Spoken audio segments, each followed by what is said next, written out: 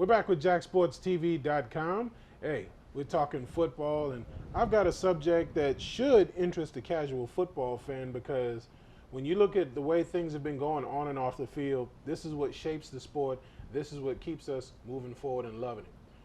I want to talk about the good guy rehab plan that Commissioner Goodell has in effect, to where ever since he's come on, he's tried to fix the image of the NFL by making the bad boys become good or pay dearly for staying bad. And we're about 4 or 5 years into it, and I just want to know from the fans' perspective, or even the media's perspective, how effective is Goodell's good guy rehab plan? Because when you started with Pac-Man and Tank Johnson and Chris Perry, they've gone through the program, they've gotten their NFL jobs back. Some have done great, some not so good. But it hasn't curtailed the behavior of the bad boys. You'd figure after giving Pac-Man the death penalty for a year, Chris Perry his half-year suspension, that you'd see guys actually saying, let me not do bad so I don't miss any time with the NFL, because I know if I do something, Goodell's coming down on me. And we've seen the success story of Michael Vick now going from top of the world to rock bottom to this close to being back on top again. And we've got some people who still want to crucify the dude after doing everything that the league and the legal system has asked him to do. But I want to know from you guys, how effective is the plan going? Well, I will continue to crucify Mike Vick as long as the guy's playing football, until I see somebody break him in half on the field. Because in my opinion, Michael Vick is not a man. Michael Vick is an animal. Michael Vick did things I can never agree with. And I'm sorry, there's a level. Some people make mistakes. Dante Stallworth made a terrible mistake and killed a human being. It was an awful mistake. But you know what? You're going to torture animals and have a good time with it. I'm going to say you're a scumbag till the day you die. And I'm sorry, that's just the way I believe. I believe there's something wrong in Michael Vick's head that makes him less than human. And in my opinion, he doesn't belong on a football field. He doesn't belong in front of children as a role model. He doesn't belong anywhere but in the dirt, just like he did to those dogs. All right. So I get your point. I'm an animal lover. I really am. So I get your point. But it doesn't matter whether it's dog fighting, shooting yourself in the leg, accidentally getting somebody killed. A crime is a crime is a crime. You're going to pay legally, and Goodell's going to make you pay. And on a side note, it's not your linemen, it's not your defensive backs that are getting in trouble. It's your high paid players, the ones that are visible, the ones that are on TV that people see all the time. Those are the ones that Goodell wants to rein back in and say, hey, dude, you're not bigger than the league. The league is bigger than you, and we don't need you. I don't care if you're Terrell Owens, Ocho Cinco. You break the law, you tarnish the image of the league, you're going to pay.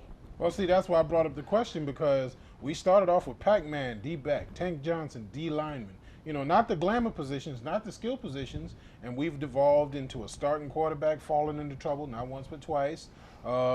We've got Tanard Jackson, who's fallen into trouble once, now twice, and he said all the right things the first time that said he let the team down, couldn't wait to get back on the field, but he did it again. And you know, the whole purpose of Goodell doing what he did was to be a deterrent to the rest of the league, the guys, to not fall by the wayside, but they're still doing it. Well, let me correct myself. We're talking about, regardless of positions, we're talking about the elite players.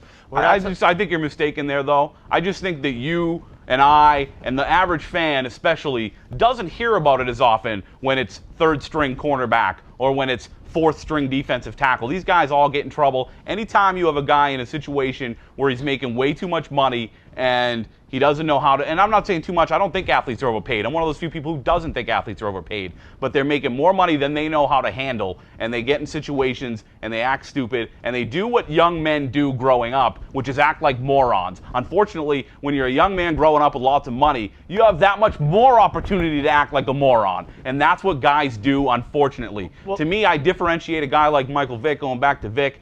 There's a difference between making a mistake or acting like a moron and being a sick individual. And I think if you enjoy torturing animals, people, anything, if you're a rapist, if you're a murderer, or if you torture things, you're a sick person and you don't belong in society at all. Well, that's it.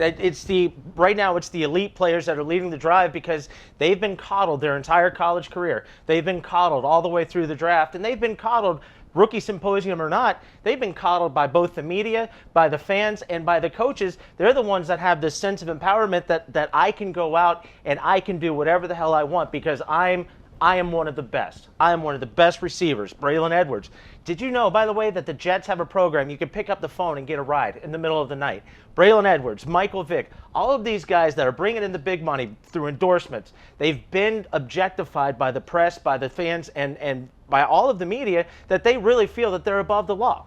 And that's where we're at with all the elite players. Well, you go through the decades of NFL football, NFL players have always had that sense of entitlement, the ability to take the liberties. We didn't have 1,000 media networks to peek behind the lines and say, well, this guy did something bad and this guy was drinking way too much more than he should have been.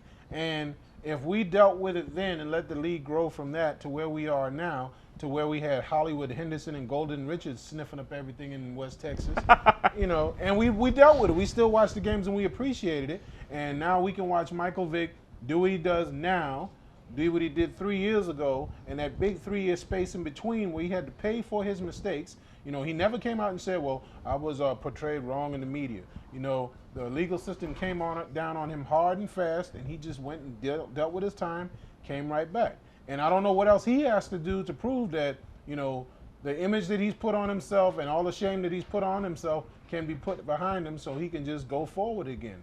And with some NFL fans and followers, they'll never make him a believer again, but all he can do is just do what Michael Vick can do.